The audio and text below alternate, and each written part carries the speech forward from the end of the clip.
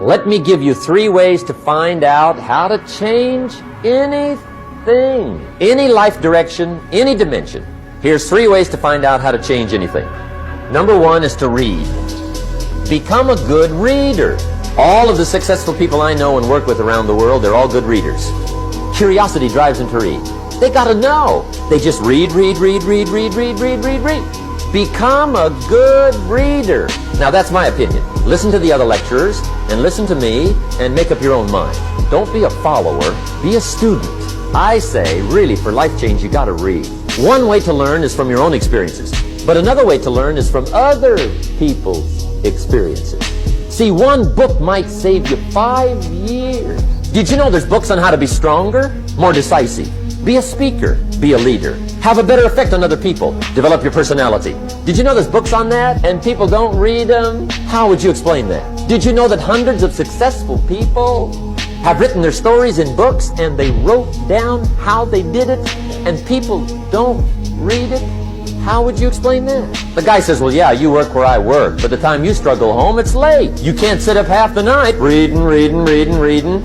And the guy's behind on his car payment. You've got to be better than a good worker. You've got to be a good reader. If you want to be wealthy and happy the rest of your life, just learn this lesson well.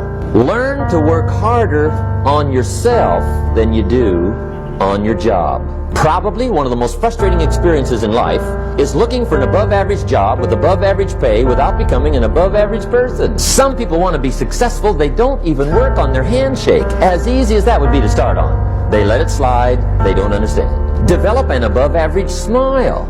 Develop an above-average excitement. Develop an above-average interest in other people. Develop an above-average intensity to win. See, that'll change everything. For things to change for you, you've got to change. Otherwise, it isn't going to change. I used to say, I sure hope things will change. That seemed to be my only hope. I did a seminar one time for Standard Oil executives and management. And one of them said to me, Mr. Rohn, you know some fairly important people halfway around the world. What do you think the 80s are going to be like? I said, gentlemen, I do know the right people. I can tell you. So they all listened very carefully. And I said, gentlemen, based on my wide experience, I can really honestly say to you, in my opinion, in the 80s, it's going to be about like it's always been. Now, of course, I said that to make a point, but I also said it because it's accurate. It's going to be about like it's always been. It isn't going to change. For things to change for you, you've got to change. The next one is measure progress. Because if you're going to play the great drama game of life, the key is to keep measuring progress to see how you're doing. How's your health doing? How's your income doing? How are your investments doing? If you're building a house, how is it coming along? What's going on? Measuring progress. That's what we call the name of the game. Here's how we teach it to our children. You must make measurable progress in reasonable time. That's about as simple as you can put it to the kids. You're required to make measurable progress in reasonable time. Now, we must be reasonable with time. You can't say to someone every 5 minutes, how are you doing now? 5 minutes later, how are you doing now? This guy says, I haven't left the building yet. Give me a break.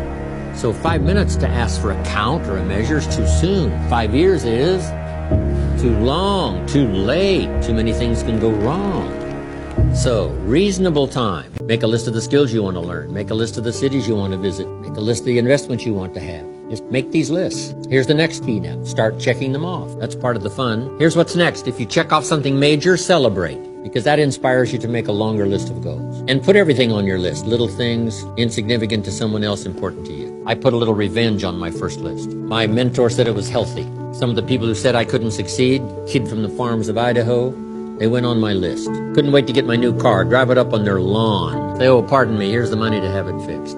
Just little satisfactions. My Japanese friend, Toro Ikeda, San Jose, California, put on his first list, a Caucasian gardener. Way back then, everybody had a Japanese gardener. Everybody said, I'm Japanese, I'm going to have a Caucasian gardener. Okay, little satisfactions, right? Set your goals. Decide what you want. Write it down. Start checking them off. It's powerful stuff. Next, it's how you feel about everybody. If you want to be a leader, true leader, entrepreneur of the highest order, well-respected, unique in your field, here's number one, how you feel about everybody. And this is philosophical as well.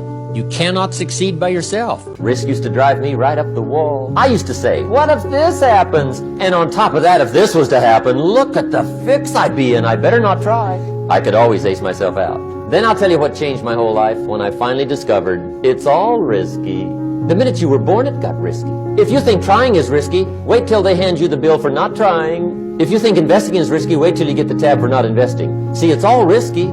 Getting married is risky. Having children is risky. Going into business is risky. Investing your money is risky. It's all risky. I'll tell you how risky life is. You're not going to get out alive. That's risky. The Englishman says, well, if that's the way it's going to work out, let's give it a go. Right, that's what it's for. Give it a go. Somebody says, yeah, but I'm looking for safety and security. Fine, then huddle in a corner, and you'll probably live to be 100. The guy said, well, yeah, I'd live to be 100. But what a way to live. Right. What a way to live, safe and secure. Don't ask for security. Ask for adventure. 4 major lessons in life to learn. Here they are. Number 1, learn how to handle the winters. That's lesson 1. They come right after falls with regularity. Some are long and some are short and some are hard and some are easy, but they keep coming.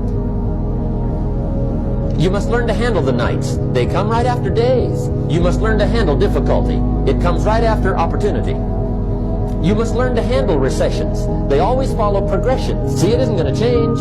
The lesson you must learn is how to handle it. And there's all kinds of winters, right? The winter when you can't figure it out. The winter when it all goes smash. The winter when it turns belly up. The winter when it won't work, when you've run out of money and you've got a broken heart. See, those are winter times. There's all kinds. That's part of life. But the question is, how do you handle it? Here's 2 key phrases under number 3.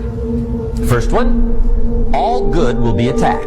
Listen closely, because this truth isn't easy to hear, but it's one of the most important lessons you'll ever learn. Every garden will be invaded. Not to think so is naive. And here's the second phrase. All values must be defended. Political values, social values, community values, family values, marriage values, friendship values, business values.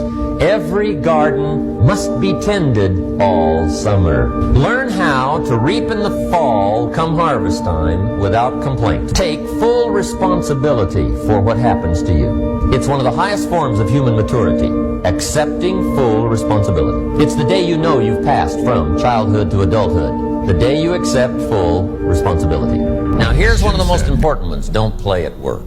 Work is too serious. You don't want the reputation of being the office joker. Yes, there's time for some pleasant stories. Yes, there's time for a little humor. Yes, best if it's a happy office, of course. But I'm telling you, you got to be serious about work, because you're parting with a piece of your life for the work you do. Your work costs you a piece of your life.